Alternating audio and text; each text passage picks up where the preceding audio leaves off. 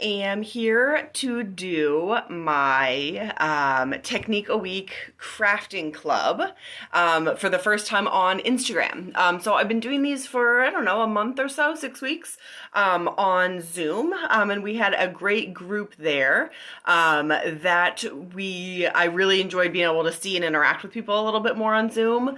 But there's always seems to be some technical difficulties doing that, and I just thought I might be able to reach a few more people if we did it over here on Instagram Live. So this is where we're going to be, and it's every Wednesday from 7 until probably 7:30. I try to keep them to about 20 minutes, and then if anybody has questions or I just talk too long, which happens a lot. So 7 to 7:30-ish. And I just pick a different technique that I want to go over, and I try to alternate. 1 week is knitting and then 1 week is crochet. And who knows, I might get a wild hair and throw some spinning or macrame or something like that in there too at some point. So today's technique is going to be a crochet technique, and it's specifically the crochet technique of filet crochet. And so the filet crochet technique, if you're not familiar with it, you're basically working from a chart, and you're going to you can actually create really intricate things. If you've ever seen the little curtains that hang over windows that say like welcome or cafe, they say words in them, that's filet crochet. And I love what all you can do with the filet crochet technique, and I just think it's a fun one. I think it's one that looks a lot scarier than it is, so I think it's fun to kind of tackle that. So the only actual crochet skills that you'll need for this is you'll need to be able to do a chain stitch, and a double crochet. And that's it. No other crochet skills are needed for this one. And so I am actually a big part of the crochet technique, or the filet crochet technique, is working from a chart.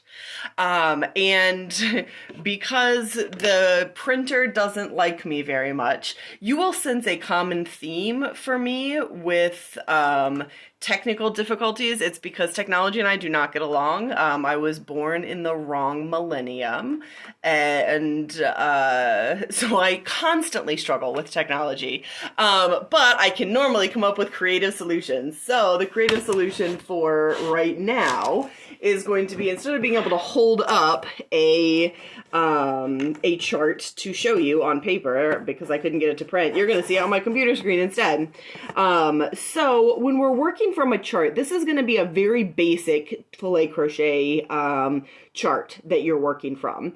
And basically what I want you to think of, that I would just sort of show you that way, and I'll kind of talk through how we approach that. So if you see a chart like that one's really, really basic, just with your squares. But you'll see that there's dark, like shaded in squares, and then there's blank white squares that don't have anything inside of them.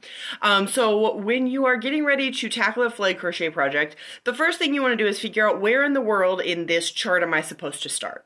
And the answer is almost always, with any chart, whether it's crochet or knit or what have you, you're almost always going to start in the bottom right-hand corner.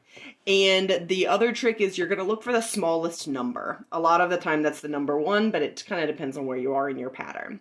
So we are going to start in the bottom right-hand corner, which is where the smallest number should be. And all we're going to do when we're working the filet crochet is every one of those grid lines. So you kind of see the grid lines that go across. There's one, and then there's the empty space that is the square, and then there's the next grid line, and then the empty space is the square, and then the next grid line. So to do filet crochet, we're going to read each of those as one stitch. So you start at the bottom right-hand corner where the smallest number is, the number 1. And your pattern is going to tell you how many stitches you should have chained already. So that's kind of going to create like the bottom line of our chart.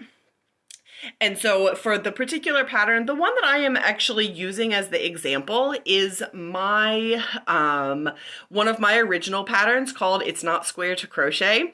And this is a pattern that's available for sale on Ravelry. We have about 115 patterns up on Ravelry for sale, and free patterns. It's Nomad Original Patterns, and I am the designer, Erica Kim Sprouton.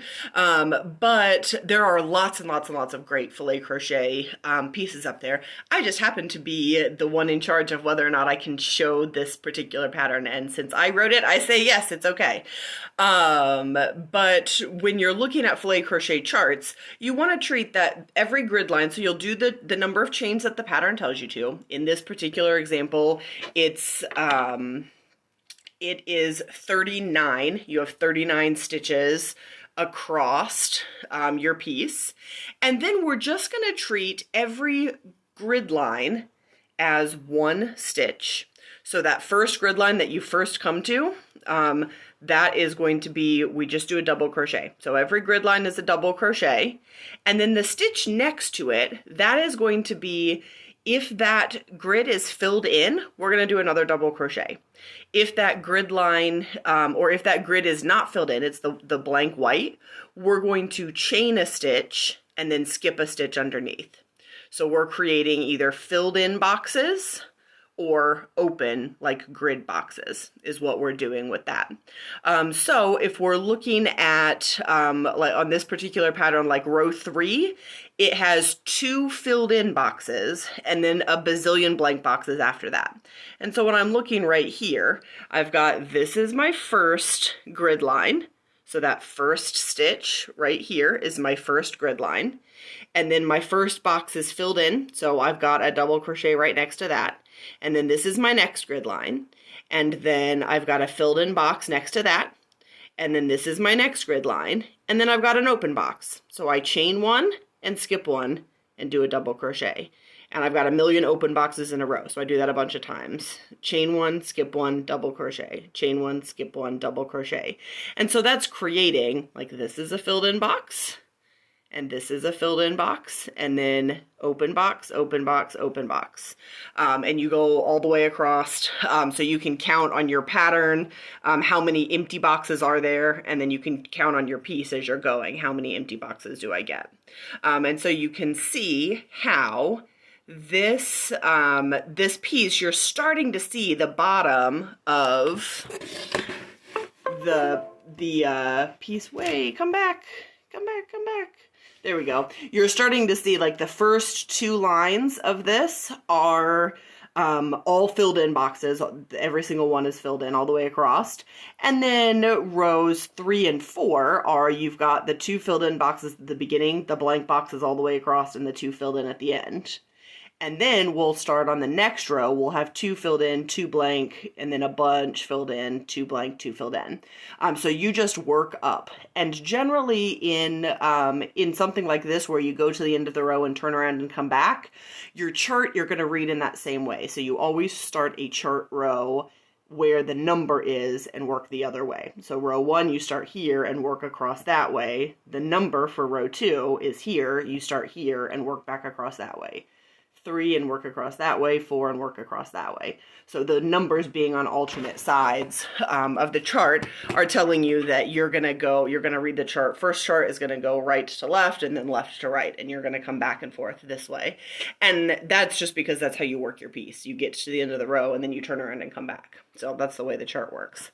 For this particular chart, it doesn't actually matter if you always start on the same side because it's perfectly symmetrical. So if you always start on the right-hand side versus you start on the right-hand side once and the left-hand side once is not going to matter. But it's good practice to follow them the correct way. When you're working a chart. So I hope that was helpful with sort of the basics of getting started. I know that with all of the questions and things that I would get when people would come into the shop for help, I know a lot of people feel intimidated by charts. I actually love charts because I can hold up my piece and say, does this look like the picture? And if it does, I know I'm doing it right. So I really like charts because I like that sort of visual confirmation. You may, if you're newer to filet crochet, you may want to start with a chart that's a little bit more straightforward, like this one, something that's sort of geometric, where there's going to be a lot of repeating patterns, where you're going to be doing the same thing, and it may be a little bit easier to follow along. The sky's the limit in terms of what you can do with the filet crochet. As I mentioned before, if you've seen the like the crocheted kind of lacy pieces that say words, that is filet crochet. There's lots and lots of charts available that will spell letters out, so you can kind of mix and match and make them say whatever you want. And there's, for some reason, dragons seem to be a really popular theme in filet crochet. There's a lot of charts for making dragon pictures. You can make really big, like wall hanging sized ones. Generally, the larger you go with your piece, the more detail you can put in it, just because it's kind of like pixels. The more pixels you have, the finer detail you can get in your picture. So that's kind of, you're using pixels basically. But anything, obviously, I drew my highly sophisticated chart in Excel. You too can make your own filet crochet chart to look however you want it to look. You're just getting get a piece of graph paper, anything like that, to really play with that and test out some different things. I will warn you, if you're doing that, you've got to get your proportions right. So crochet stitches are not squares. So if you're working on graph paper where the squares are square, and you make a picture that looks perfect, you're making a picture of a car, and it looks perfect and fantastic on your graph paper where all of the squares are perfectly square. Then if you filet crochet that piece following your own graph, your car is going to be incredibly like stretched out tall, comedy style, because your stitches are they're almost like twice as tall as they are wide. So that's kind of a thing to keep in mind if you're looking at a chart for filet crochet, and the boxes are a different dimension than you were expecting, or you're looking at a chart where all of the boxes are perfectly square and it looks wrong. It's because your crochet squares are not going to be squares. They're going to be rectangles. So just kind of a word to the wise with that one. It can look funny to look at something in a chart and think, it looks like I'm doing it right, but the picture isn't coming out exactly right. That's why that happens. In terms of what yarns work well for filet crochet, generally it's a fairly intricate kind of a design, and you want the work that you're doing to really be star of the show. So I would recommend a yarn that's not super busy in terms of color or pattern or texture. Like this yarn has some color variation in it. This is one of our hand dyes. My husband Dave is our hand dyer in our dye studio here in Plainfield, which is a very fancy way of saying our basement. So this is a hand dyed, and there you can definitely see some color variation in there, but it's all very tonally similar and it's all in shades of gray, and so the color variation is not going to fight with the pattern. I wouldn't use like a super colorful like hand painted skein of sock yarn that had oranges and reds and blues and purples and all kinds of different colors. I just think all the work that you're doing following the chart, you're just not going to be able to see it. It's kind of going to fight with with all of the color. And the same thing for a lot of texture. So if you have a yarn that's like real thick and then real thin and has all kinds of crazy texture to it, or like a fuzzy, like a mohair kind of a yarn, I just think the pattern's not going to show quite as well. And you may not, definitely like do a little swatch piece before you commit to a big piece out of a real busy yarn. That being said, it's your project, so it should be what you want. If you are super enthusiastic, sometimes they work. Sometimes you'll get a really intricate pattern and a really busy yarn, and they'll just like mesh perfectly together. So it does happen. It's just hard to predict exactly when and how that's going to happen. That would kind of be my recommendation. I would also recommend a smooth yarn. Like I said, a real heavy texture like a fuzzy, I don't think is going to work very very well. The Filet Crochet that I have done has always been in plant fibers. It's probably the most traditional, again, when I think about those, like the cafe curtains almost that say the words in them that are done with filet crochet. When I think of real sort of official traditional filet crochet, I think of it as something with a cotton, almost like a cotton thread. If you're using a really thin cotton thread, as kind of the traditional yarn to do filet crochet from. That being said, you do not have to use that. The animal fibers and the synthetics are going to work for you as long as you're liking the way that they look. I think it works well in a nice like drapey. So this is a cotton bamboo. And the yarn that I actually used in that pattern that I was showing you, that It's Not Square to Crochet pattern, that was a cotton yarn. I'm looking at a cotton yarn. And so they're fairly drapey. I think this fabric holds its structure surprisingly well for the fact that it's got lots of holes in it. So I think it's not like a knitted lace piece where a real floppy texture like a bamboo or a cashmere or something in lace yarn in knitted lace sometimes doesn't work very well, just because you need a yarn that holds its body a little bit more. I don't think that's so much true in filet crochet.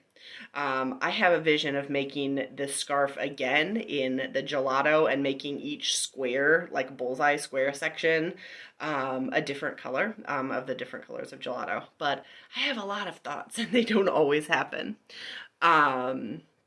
So that's kind of my take on filet crochet.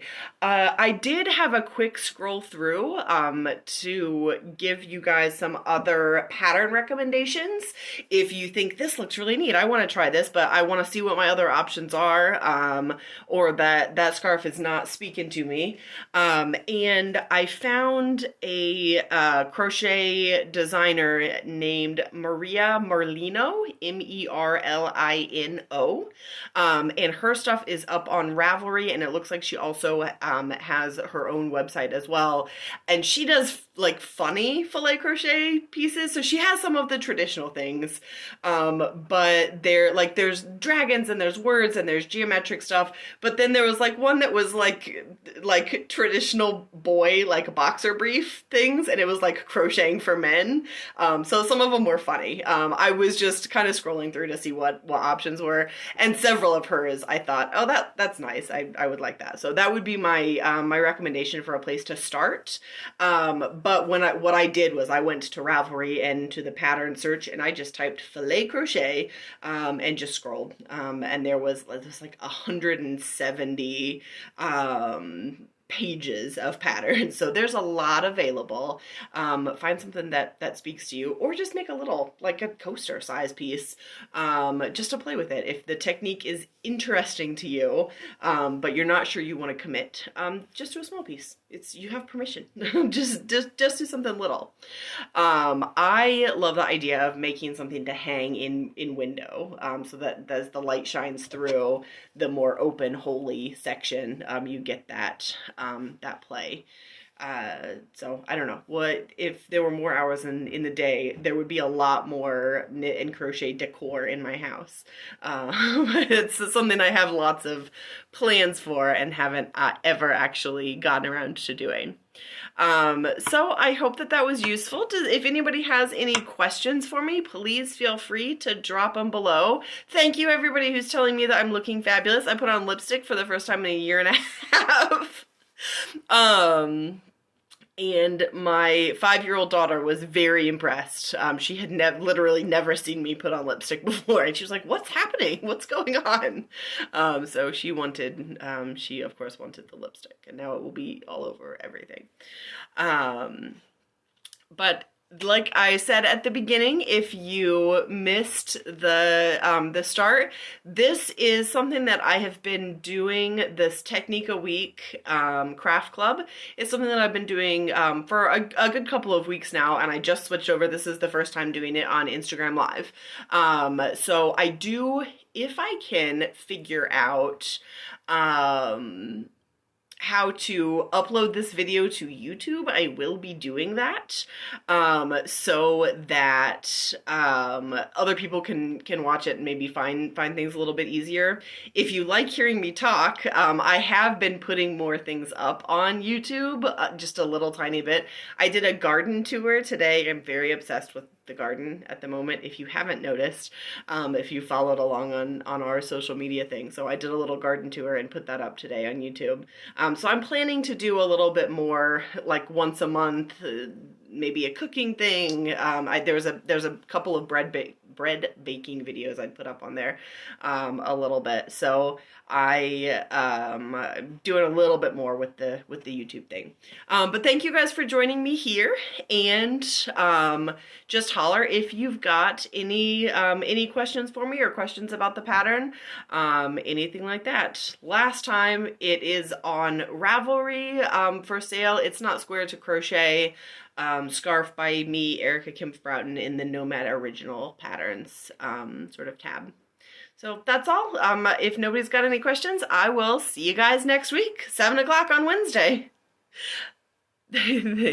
I'm glad that you love all the little green planties. I had to cover them up with the blankets tonight outside because it's cold out there. I have 400 seedlings outside, but they'll be okay. It's just the like 4th night outside. They're okay. They're growing up.